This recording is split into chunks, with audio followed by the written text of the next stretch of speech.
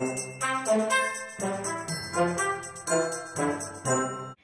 guys, Miss Tanya here. If you have little ones at home, I'm guessing right about now you have a bunch of these plastic eggs laying around. Well, before you put them away for next year, I've got a fun activity for you to do. Don't worry, if you don't have any eggs now, they're on sale. Let's find out what we need for our activity.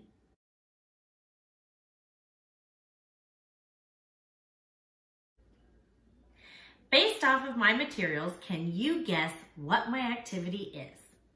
Well, I call it sink or float. I have my eggs already pre-filled with my items that I chose.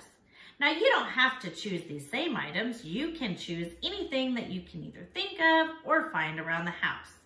You probably want to get a variety of items with different weights. Is that a clue? All right, you can either predict or guess what you think will float and what you think will sink. Or you can just write them out and keep track as you go along. Are you ready to find out which ones will sink and which ones will float? Let's check it out. Before you begin your experiment, make sure if your eggs have holes that you cover them with tape. If the water seeps in, then all the eggs will sink.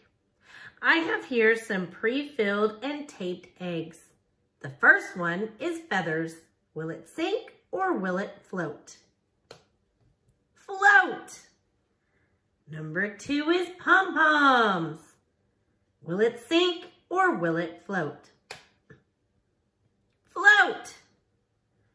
Number 3 is marbles. Now did you see what happened when I dropped the egg with the marbles? It sunk to the bottom, but then it bounced back up. It could be that I don't have enough marbles to make it fully sink. Let's try number 4. This has rocks. Sink! I challenge you to try with your materials and find out which will sink and which will float. If you think you have an item that might sink, like screws, but it doesn't like our marbles did, why don't you try adding 4, 5, 6, up to 10? Maybe then it will sink. If you have younger kids at home, don't worry. They can still have fun playing with the eggs and the water. I hope you enjoyed this activity. Stay tuned to Pioneer Library Systems YouTube channel for more videos like this.